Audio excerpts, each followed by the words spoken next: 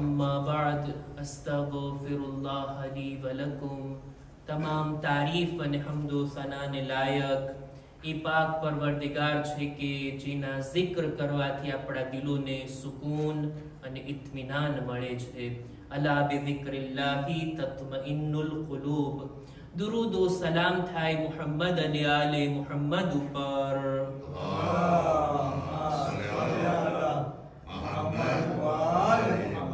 કે જેઓએ અલ્લાહની બંદગી કરીને આપણને ખુદાની ઇબાદતનો તરીકો બતાવ્યા, સિરાતે મુસ્તકીમ પર પોતે ચાલીને આ રસ્તો આપણને બતાવ્યા, હિદાયતના રસ્તા તરફ આપણી રહેનુમાઈ કર્યા અને ખુદાની ખુશનુદી કેવી રીતના મેળવવી એનો તરીકો આપણને તાલીમ ફરમાવ્યા। એમની હિદાયત થકી દુનિયામાં આપણને ગુમરાહીથી નજાત અને આખિરતમાં જહન્નમની આગથી નજાત મળી શકે છે। દુરૂદ ઓ સલામ થાય એ પાક હસ્તીઓ પર અને ખુતબાની શરૂઆતમાં પોતાની જાતને અને ત્યારબાદ આપ તમામ મુમિનીનને તકવા, પરહેઝગારી, ગુનાહોથી બચવા, નેક અને દીનદાર બનવાની ભલામણ કરું છું। નહજુલ બલાગાનો 199 નંબરનો ખુતબો આપણી ચર્ચા હેઠળ છે અને એની અંદર મૌલા 4 બાબતો ઉપર ભાર મૂકે છે, તાકીદ કરે છે, જેની પહેલી બાબતની ચર્ચા આપણે કરી ચૂક્યા અને તે છે નમાઝ। એના વિશે અમુક બાબતો કુરાની મજીદની આયતો અને રસૂલે ખુદાની હદીસ વડે મૌલા બયાન ફરમાવ્યા। ત્યારબાદ હવે જે ચર્ચા કરે છે તે છે ઝકાત। ગયા ખુતબામાં પણ ઝકાતના બારામાં અમુક જુમલાઓને રજૂ કર્યા।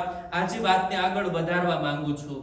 મૌલા ઝકાતના બારામાં બયાન ફરમાવ્યા કે ઝકાતને ખુદાએ નમાઝની સાથે રાખી છે। કુરાન મજીદમાં 30 થી વધારે વખત નમાઝ અને ઝકાત બંનેનો બાજુમાં જિક્ર થયો છે અને આ બંને ચીજો એવી છે કે જેનાથી બંદાઓ ખુદાની બારગાહમાં કુરબત અને નજદીકી હાસિલ કરી શકે। ત્યારબાદ આ બાબત ઉપર પણ ઇમામ ભાર મૂક્યા કે ખુદાની રાહમાં ઝકાત આપે એમ નહીં કે વાજિબ છે તો આપવી જ પડશે, આપવા વગર કોઈ છૂટકો નથી। ખુદાએ વાજિબ કીધું છે નહીતર અઝાબ કરશે અને ચાલો આપી જ દઈએ, ના છૂટકે, બસ મન તો ના થાતું હોય, દિલ તો ન ચાહતું હોય અને એ રીતના કોઈ આપે, આ એની ઉપર રહેલું વાજિબ તો અદા થઈ જશે પણ આ ઝકાત આપવાની જે બરકતો ઇન્સાનની જિંદગીમાં આવે ને એ નહીં મળે। એટલે જ ઇમામ કહે છે ખુદાની રાહમાં આપવામાં આવે તો દિલથી આપવામાં આવે। ખુદાની ખુશી માટે આ માલની મોહબ્બતને પણ પોતાના દિલમાંથી કાઢી અને પોતાના ખીચામાંથી આ માલને કાઢીને રાહે ખુદામાં આપે।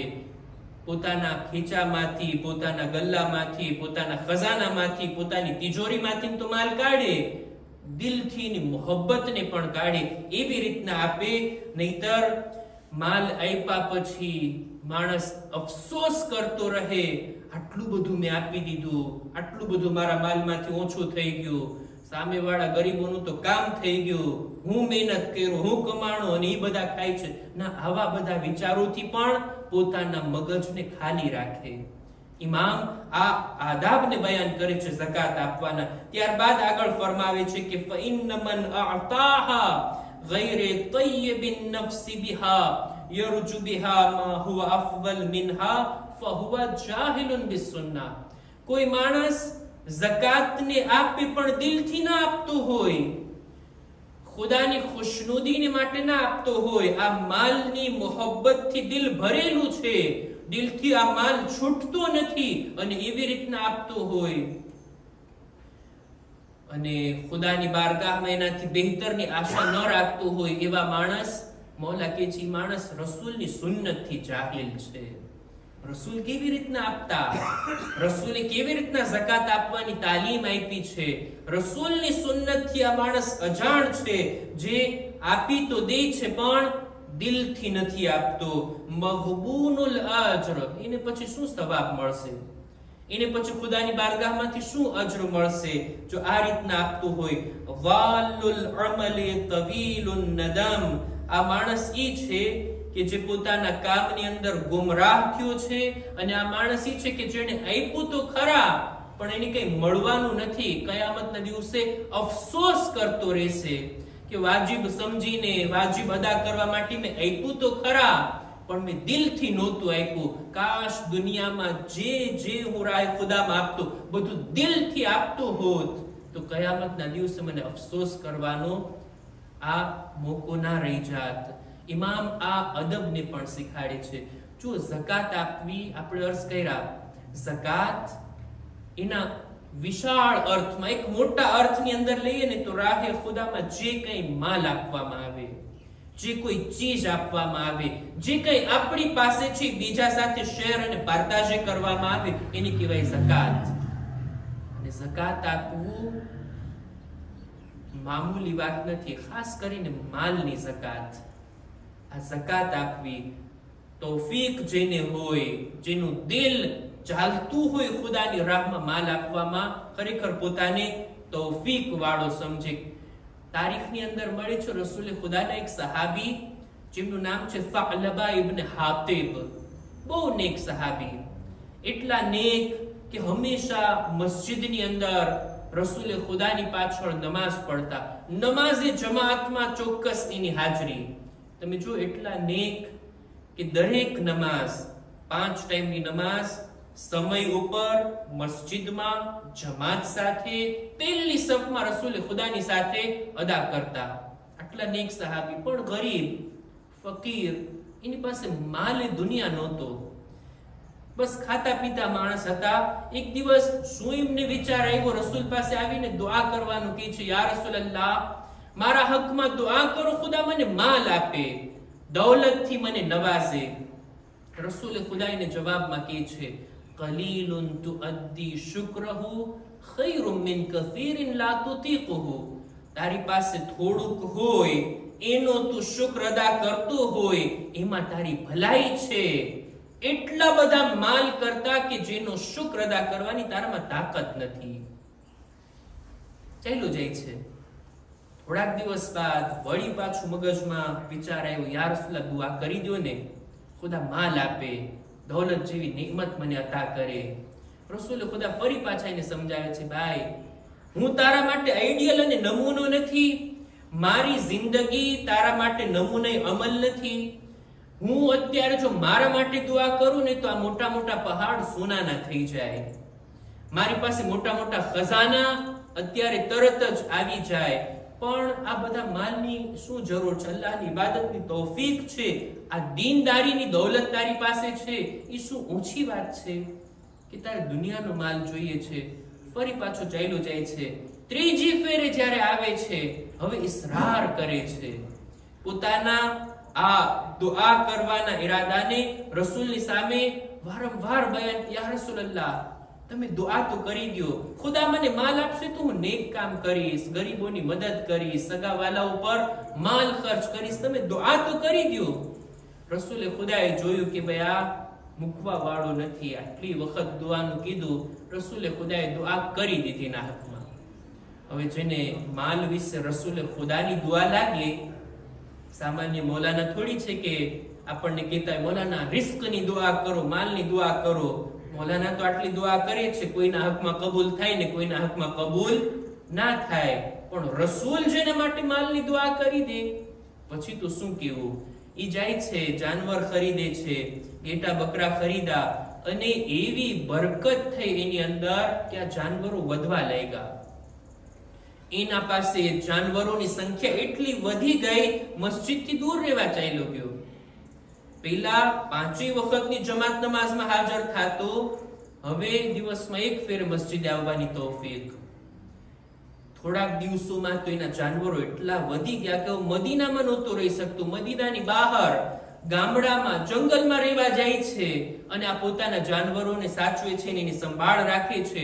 એટલા જાનવરો વધી ગયા કે હવે દર જુમ્માના ફકત હાજર થાય નમાઝમાં.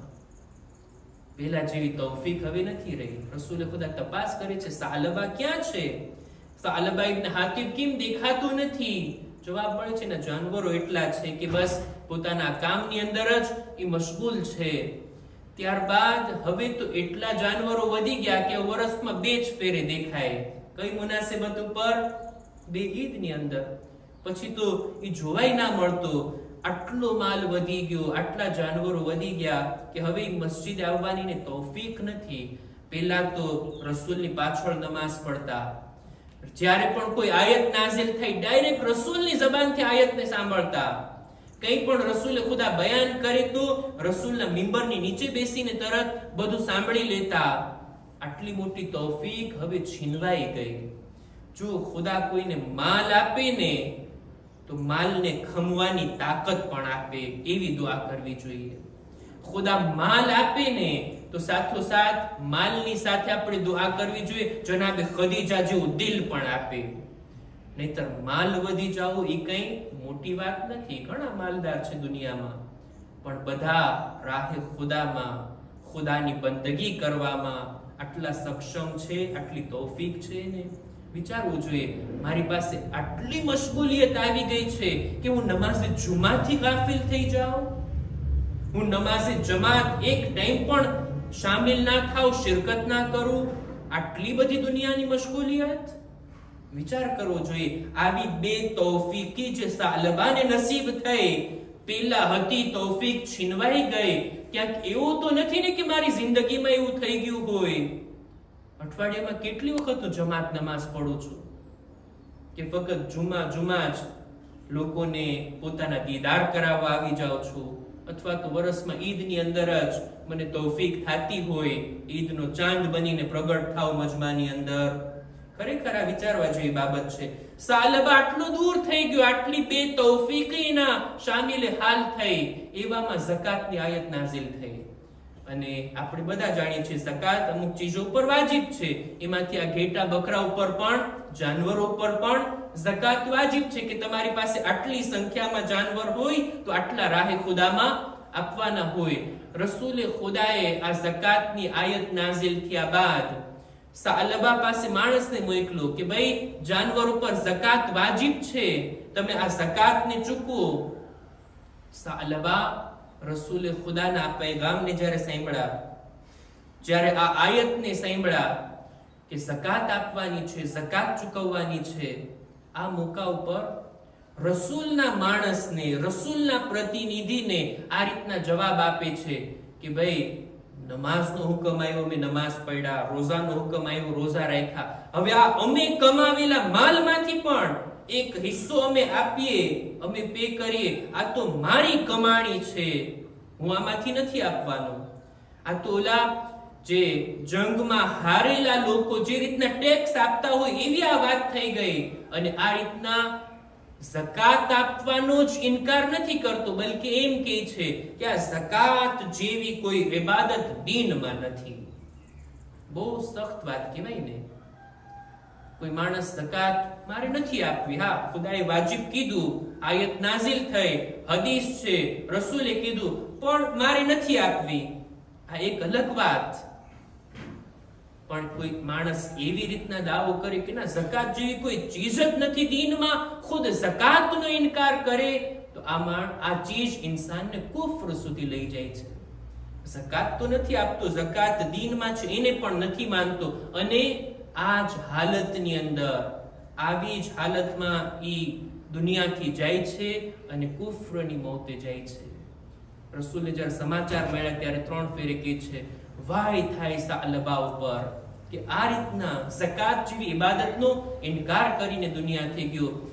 સૂરે તૌબાની 75માં નંબરની આયત નાઝિલ થઈ અને આવા લોકોની મઝમ્મત થઈ કે માલ નહોતો ત્યારે મોટા મોટા વાયદા કરતા, પૈસો થઈ જાય, દૌલત આવી જાય તો હું ગરીબોને મદદ કરીશ, હું સગા વાલા ઉપર ખર્ચ કરીશ. અને જ્યારે ખુદાએ આપ્યું ત્યારે બધું પોતાનું કરીને જમા કરવામાં અને ખજાના ભરવામાં જ રહ્યા.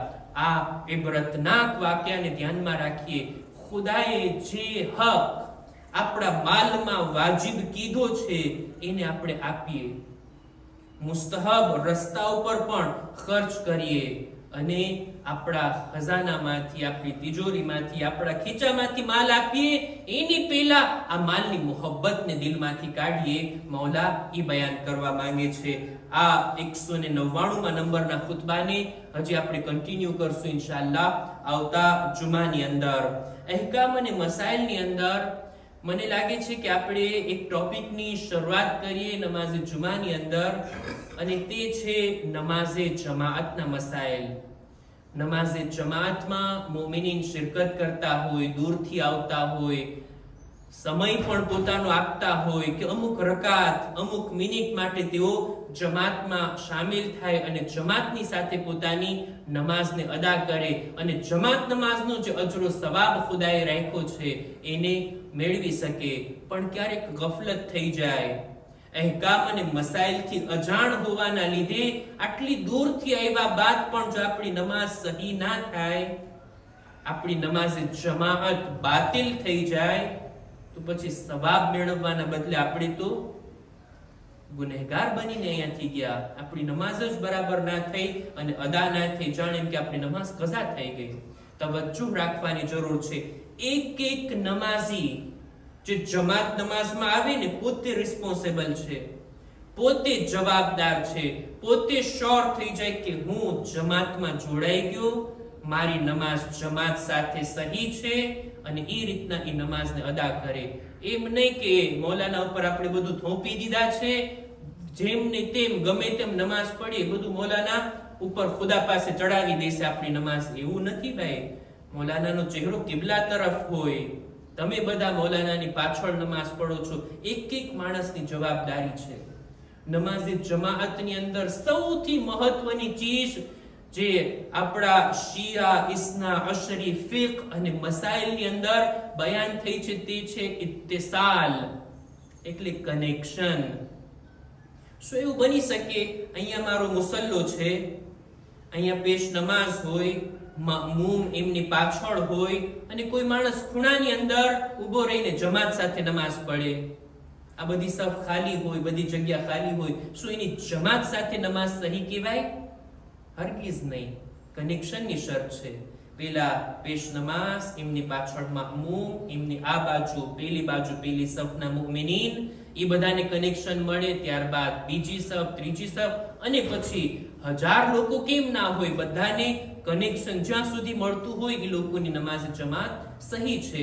બૈરાઓમાં પણ એવી જ રીતે પડદાની પાછળ કનેક્શનની જરૂરત છે. વગર કનેક્શને અહીંયા જમાત નમાઝ થતી હોય અને પડદાની આજુબાજુમાં ઘણી જગ્યા ખાલી હોય અને બૈરાઓ અંદર પાછળ પડદાની પાછળ જમાતની નિયતથી નમાઝ પડે, શું એ સહી છે? હરગીઝ નહીં. આ કનેક્શનની બાબત. અને બીજા ઘણા બધા મસાઇલ છે જમાત નમાઝના કે જેના તરફ તવજ્જો અપાવવી જરૂરી સમજુ છું કે ઇન્શાઅલ્લાહ આપણે આવતા ખુતબાની અંદર વિગતવાર નમાઝે જમાતના મસાઇલને બયાન કરશું. ખુદાની બારગાહમાં દુઆ ગુજારીએ, ખુદાયા અમીરુલ મુમિનીનની તાલીમાત પર અમલ કરવાની અમોને નેક તૌફીક અતા ફરમા. ખુદાયા અમારા મા બાપના ગુનાહોને માફ કર. દરેક મુમિનીન મુમિનાતની જાન, માલ, ઇઝ્ઝત, આબરૂની હિફાજત ફરમા. જીવ બીમાર છે શફાની તંદુરસ્તી અતા કર. દુનિયામાં અહલે બેતની ઝિયારત, આખિરતમાં એમની શફાઅત નસીબ કર. અમારા મરહુમીનની મગફિરત ફરમાવ. ઝમાનાના ઇમામના ઝુહુરમાં તાજીલ ફરમાવ. અમારો શુમાર એમના સાથીઓમાં કર. ربنا تقبل منا إنك أنت السميع العليم